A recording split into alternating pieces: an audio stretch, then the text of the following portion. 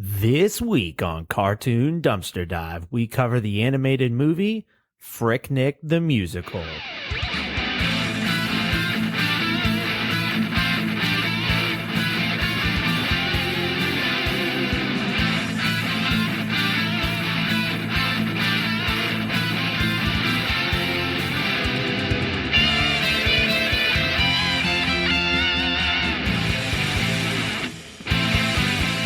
Joel, Yes, Andrew. I like musicals. Do you like musicals? Yeah, I'm a fan of them. I don't know that I like Little Shop of Horrors, Okay. and I guess that's it. I don't know too many like musicals that I know. I Yeah, know I hate the sound of music, but I think that's because I had to watch that in chorus a bunch. Like when you were in school, which is the same time I was in school, but when we were in school, but separate schools, did your teachers only let you watch movies that were specifically on the topic that you were learning in that class? No. I guess my high school was a different beast from your high school. I'm talking about middle school, but yeah. Oh, middle. I think, No, so this is what I remember throughout all like elementary school all the way up to high school.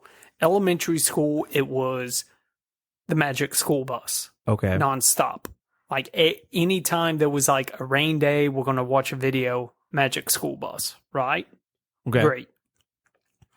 From there, I don't really remember anything in middle school.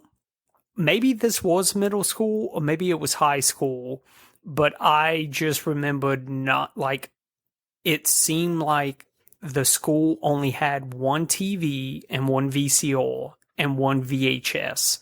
And that VHS was Remember the Titans. God, I watched Remember the Titans so much at the YMCA. I can't even watch it now. Like, I watched it entirely too much.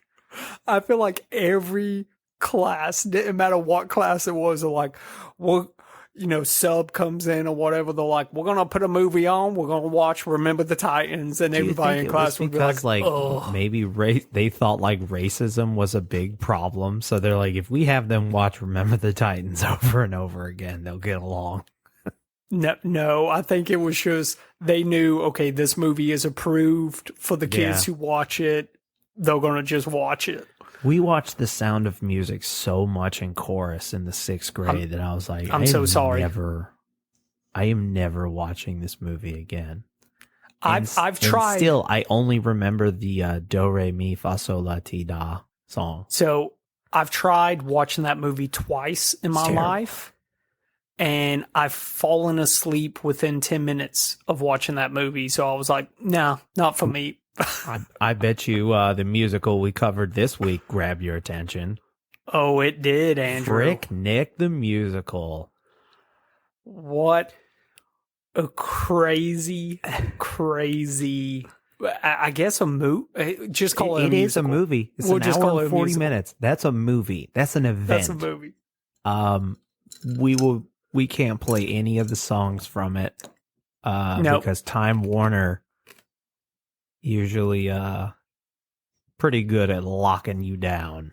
Yeah, but Andrew's going to actually sing one of those songs for us right now. Nope.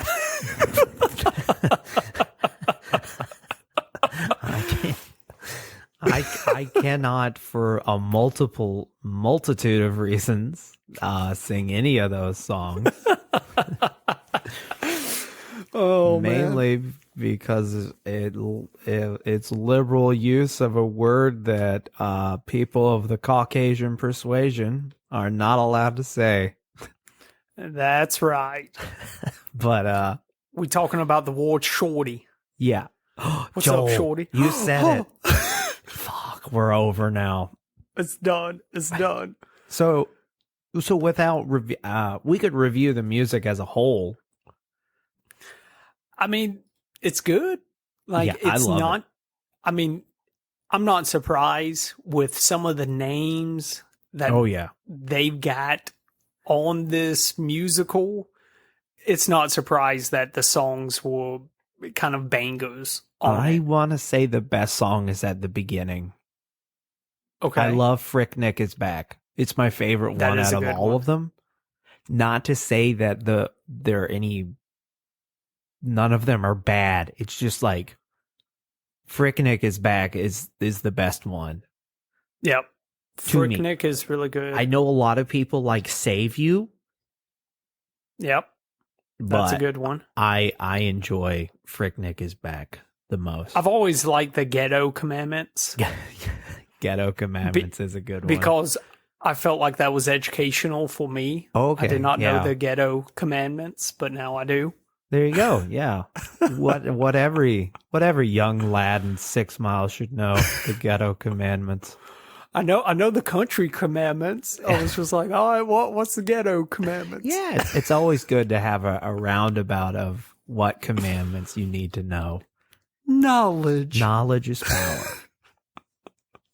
So, Joel, how did this get made? So, Andrew, this movie, this musical, it was sponsored, produced by Adult Swim. Okay. Right. Aired on March 7th, 2010. Now, this is actually kind of a, not really a spin-off. I can't even, so what happened was, there was a pilot that premiered in, May of 2007 called That Crooked Sip.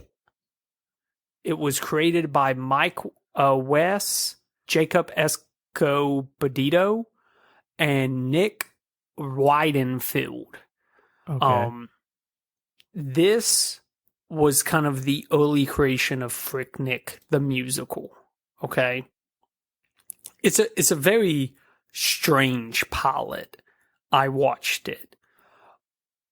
It failed when it was released. I actually saw an interview with our man T-Pain. Okay. He said at this time he had done some voice work with Adult Swim. He had kind of started really kind of growing that relationship with them to the point where after this pilot failed, he basically joined this team to talk about, hey, let's take some of these characters, let's kind of develop, because it's the same animation style, but let's do it for Freaknik, the musical. Or not Freaknik, the musical, but the actual event that would take place in Atlanta called Freaknik. Yes. And that's what they did. T-Pain has said that, when they kind of ran this to the president of Adult Swim at the time, the guy was just like, man, this doesn't need to be a show. This needs to be a movie. This needs to be a special. I watched an interview with T-Pain. He said Mike Laszlo was like, man, this needs to be longer than 11 minutes. This needs to be about 40. And then they made a 40-minute one. He goes, well, we might as well just make it a movie. Go on ahead. In that same interview, T-Pain said he was not able to attend any of the Freakniks. Correct. He only saw like videos. So Freaknik was a party for spring break. There's actually a documentary about it on Hulu. It started out as a event, right, that historic black colleges would put on for their students that would not go home for like spring break and stuff like that. And it kind of kept growing. And I read a lot about the history behind it. Reminds Freaknik. me of Woodstock. Yeah. because you know how Woodstock got like by the Woodstock, what is it, Woodstock 95, whichever one had Limp Bizkit in it, and like it just went, it got out of hand. Oh yeah, that's kind of what happened with Freaknik. Yeah, it kept getting bigger, and it kept like it couldn't be contained. Like it was just like. And eventually it just had to be shut down because there was no way to handle it. Apparently it started out as just this, college event that they would do just for those students. It started growing to the point where they started hiring actual advertisers, like people to bring in more people, and that's when it all kind of ran off the rails. Yeah, that's when it stopped being this like thing just for like the college kids and this kind of I'm not going to say wholesome, because I don't think any big party with college kids are going to be wholesome. Yeah, but it evolved to where it was, hey, this isn't just a college thing. This is like everybody's coming in town. They started bringing in big bands. Traffic would come to a halt in some places. Oh yeah, traffic was bad even for Atlanta. Yeah, that's how bad. Like it got kind of rough. Yeah, and they said that like doing this port, like crime would go up. There would be like looting, all this other stuff that was happening during this event, this festival. To the point where I think in 97, that was the last one, the Atlanta government, Georgia government, they put a stop to it because apparently they were saying it was just getting out of hand. Yeah. On it. So I will say that there's a really good documentary about it. It's coming out. It is Freaknik the musical, not Freaknik the musical, Freaknik the party, that the biggest party that there ever was, or something like that. Yeah. It's on Hulu. I know that much. I didn't watch it. I just read a bunch of articles. Dude, you hear the stories of a Woodstock, like just everybody's like doing drugs, having sex out in the mud. Right. That no way of knowing if a man slips in or not. Whatever. Yeah. Good old Creed Bratton there for you. There you go. Good old Creed reference. But it's just I'm starting to think any festival that is so big, you're gonna get a level of debauchery that goes along with it. You just kind of. I mean, New Orleans has a pretty good handle on Mardi Gras. Yeah. So maybe you should recruit why don't we bring back Freaknik and Woodstock and like just kind of recruit the people who do Mardi Gras, because New Orleans seems to at least still be standing, and it gets hit by hurricanes in Mardi Gras every year. Well, I think New Orleans, I think they lean into the debauchery when it comes to Mardi Gras. Really, you should with all of these to an extent. Yes. I think that's the problem, is just like both times, like they weren't ready for what was coming. I've read kind of about experiences, kind of like the stuff you would see at Freaknik. Right. And dude, it's crazy. It is like, can you name one?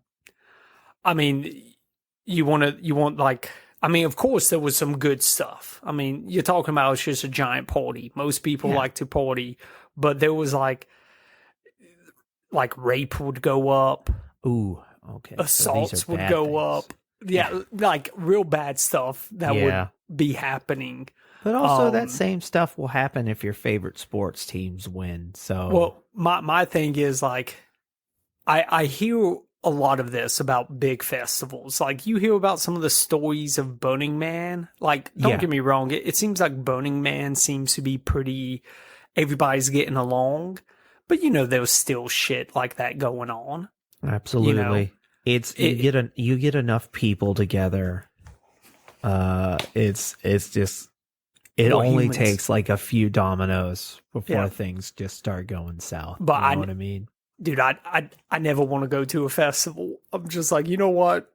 At my age, nah, I'm good. we went to a few festivals in our 20s, but yeah, I ain't got that bounce back no more. No, but that's it, Andrew. Kind of the quick and dirty of the history.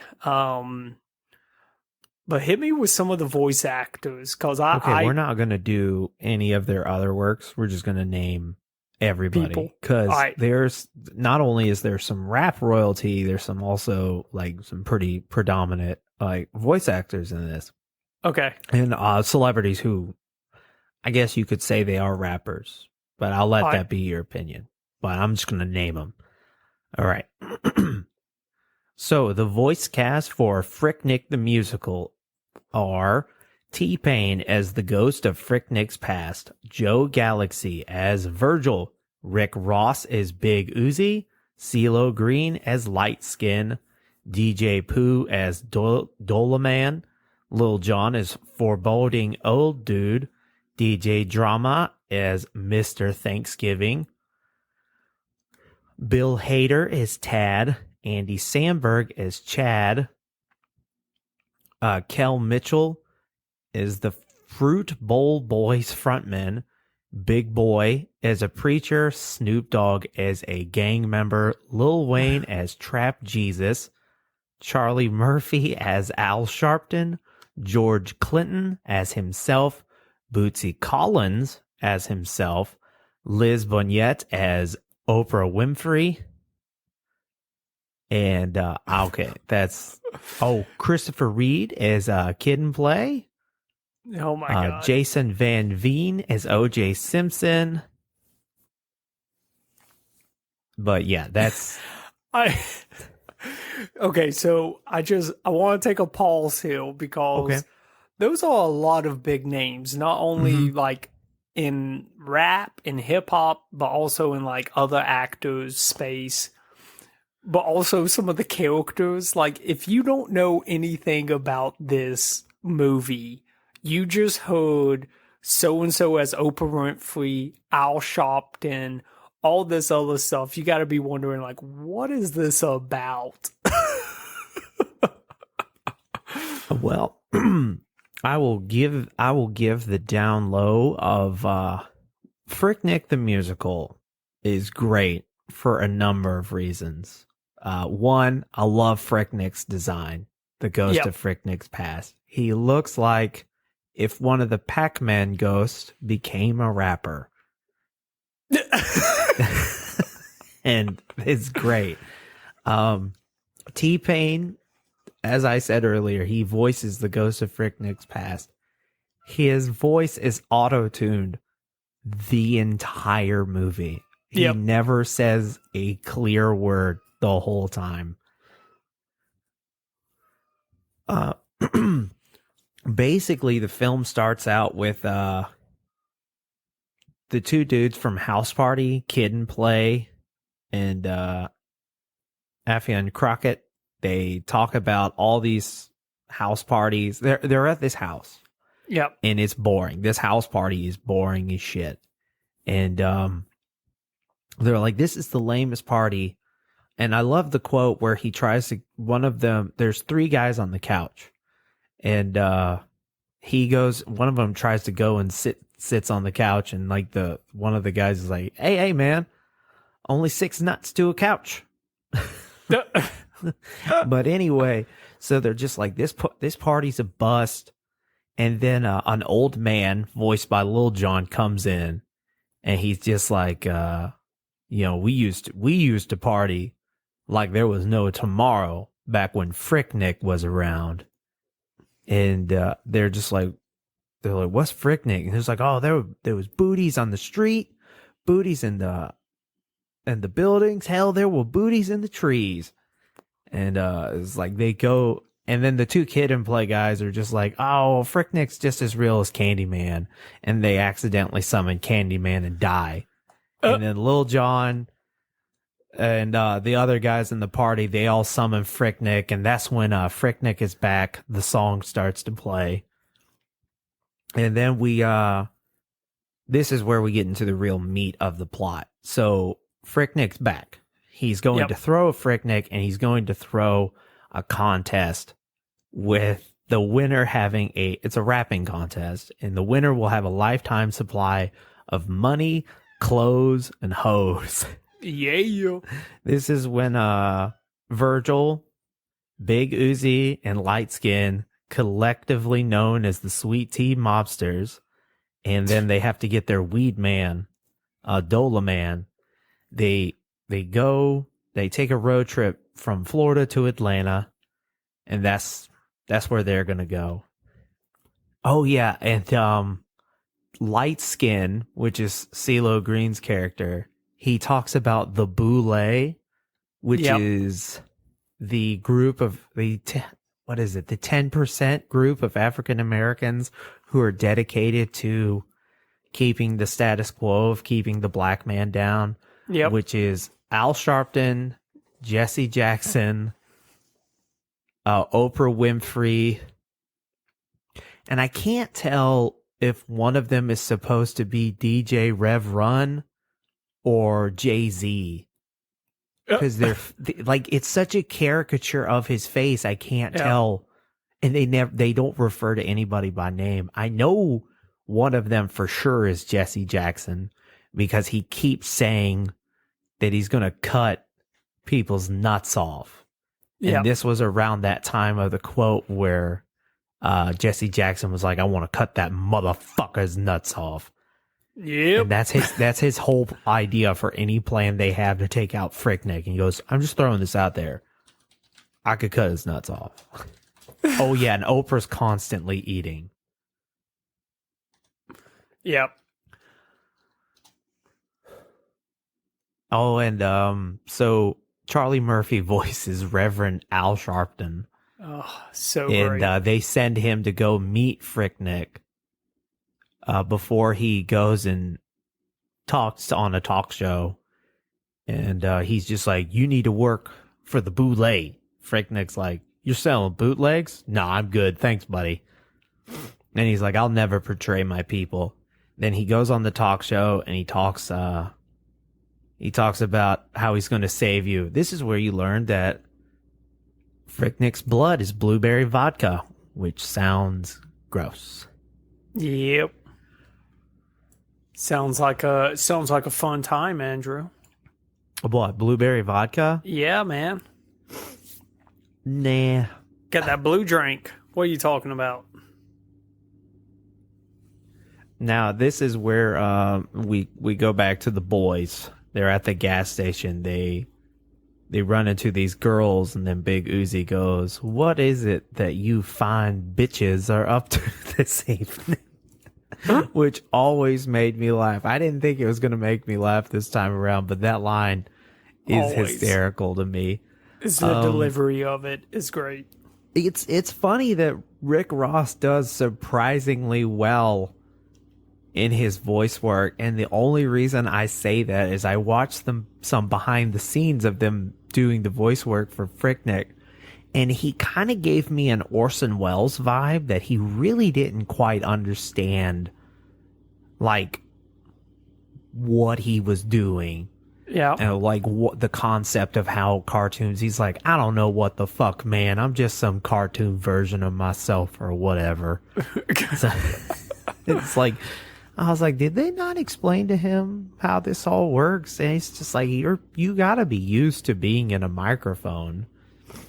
He was just like, I'm just gonna play myself. Yeah, I mean, he basically did. Yep. And so this is where they meet their bizarro version at the party, the Sweet Tea Boys. Okay. And this Big Uzi does, he raps about how they could never understand the streets, but also they're made to be kind of sissy. They're very opposite of rap. Yeah. They're made to make fun of the black people that hang out with frat bro white people. That's what they're trying to, that's how they're portrayed. And then, let's see, the news they get kind of lost because the cops get called on the party and they have to escape, and they go to the bad side of town, and this is when they meet Trap Jesus.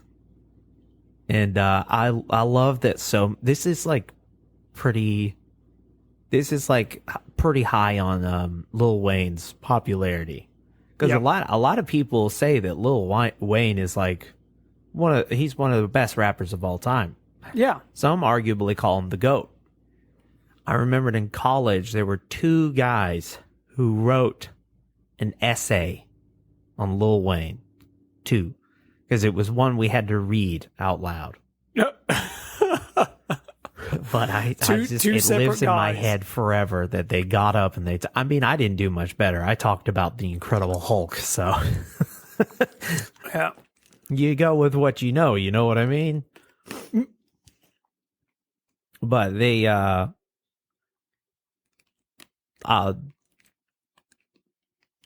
basically, like, Trap Jesus is like, why shouldn't I kill you if you guys aren't really ready to go to this rap group? Because they had a falling out. I'm trying to loosely describe this movie because this movie's pretty easy to find, and I feel like everyone should give it a shot. Oh, yeah. Yeah. I think the soundtrack is all on Spotify as well. So yeah.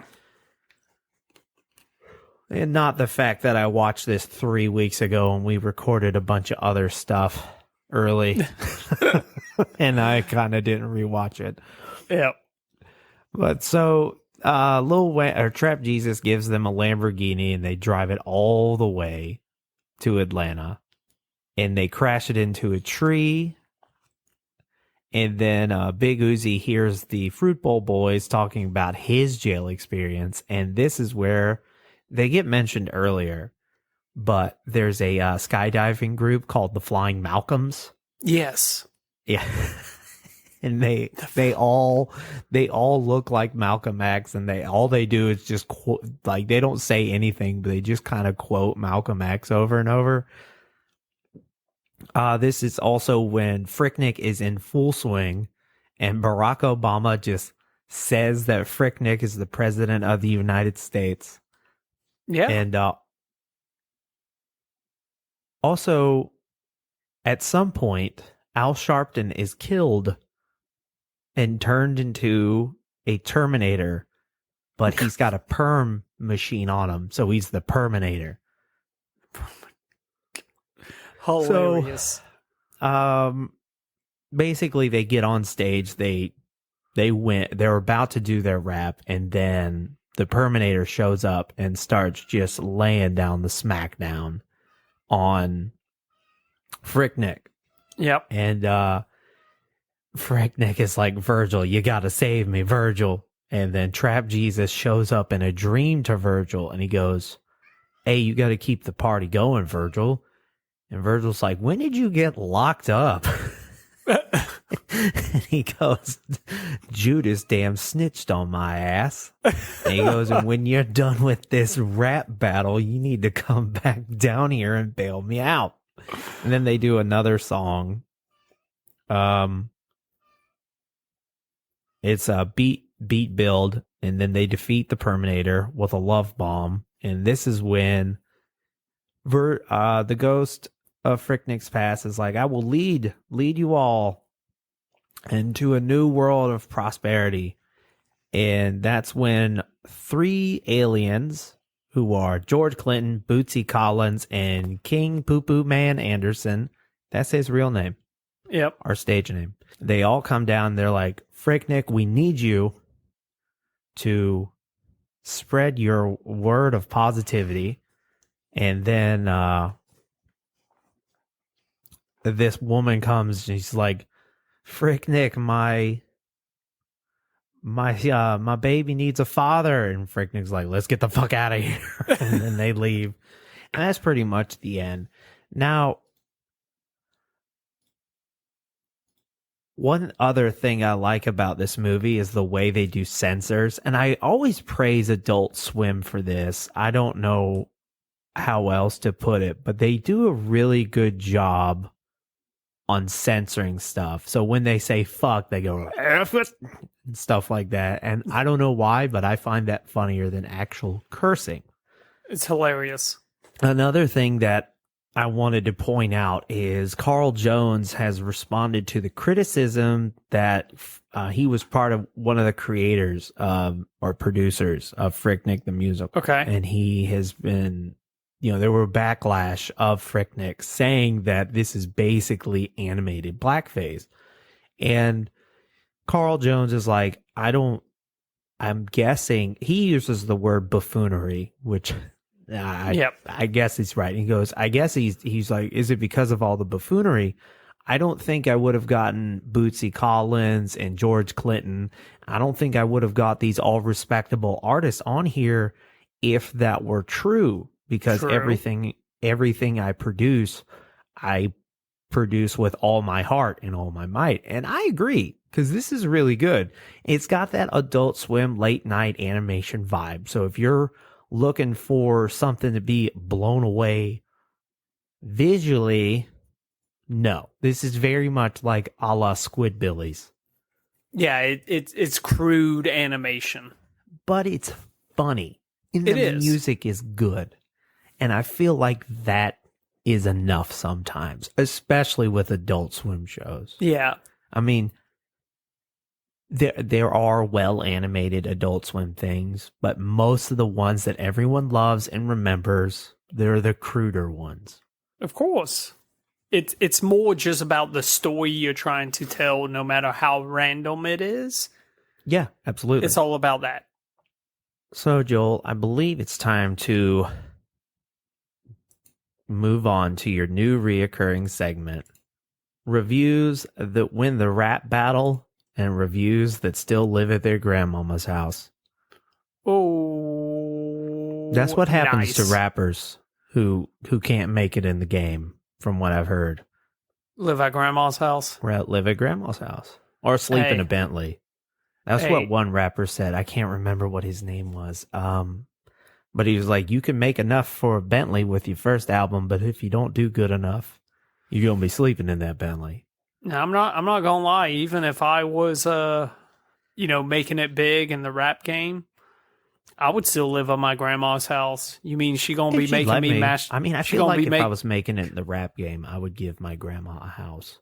I would buy my grandma's a house and then live in that new house. Yeah, live in that house. They'd live with you. You wouldn't live with them. No, you telling me Granny's gonna be making me mashed potatoes and biscuits every night? No, I'm sold. Oh yeah. Unfortunately, both of my grandparents or grandmas are dead, so I don't want to live underground. Let's hear those reviews. So there is one out of 10 review. It's like 4 paragraphs, so I'm not really going to bother with that, Andrew. So I'm just going to go ahead and move on to a 10 out of 10 for you. Wait, the 1 star is 4 paragraphs? 4 paragraphs. That's hate speech. I don't know what it says, but nobody writes a 1-star review 4 paragraphs without being fueled by a little bit of something. You know what I'm saying? Yeah. They did. They mentioned something like it's a slap in the black culture face. Something like that. So it's not hate speech. Well, no, it's not hate speech. They more just thought it was, I don't know, deplorable or something. Okay. Whatever. This is a 10 out of 10 called Freaknik is a Urban Legend. Best thing to happen to and come from hip-hop in many years, Freaknik.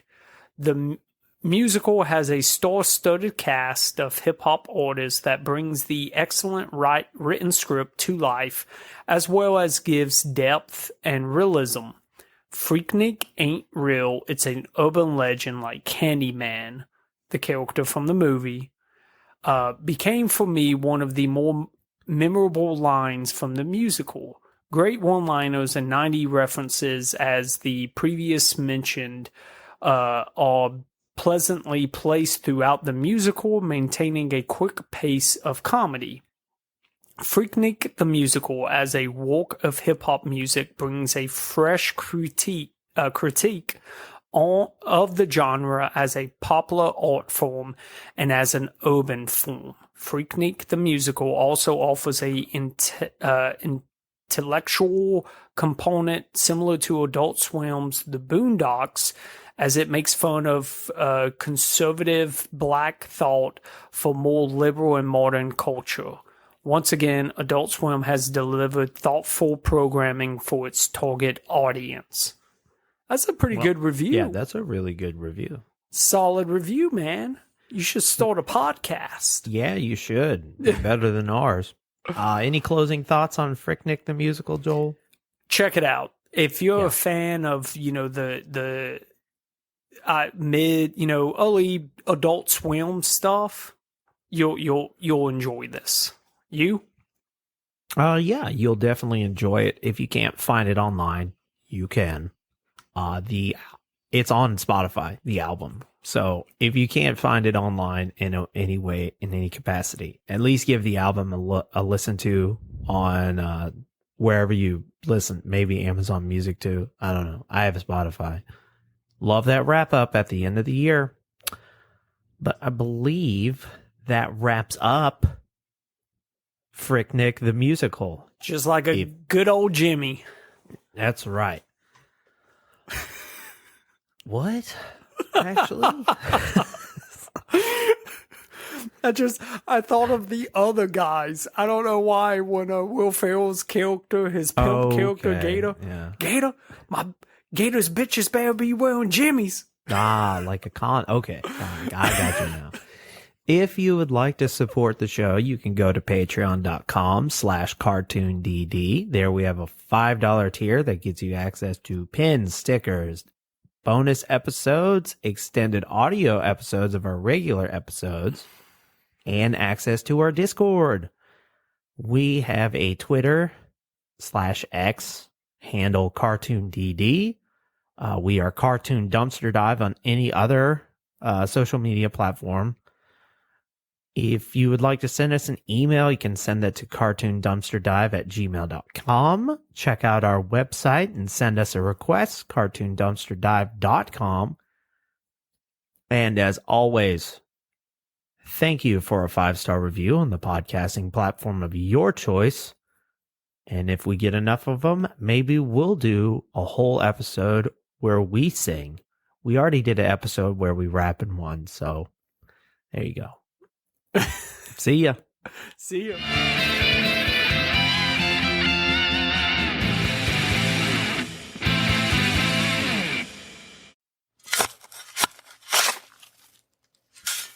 This has been a Lug Hole podcast.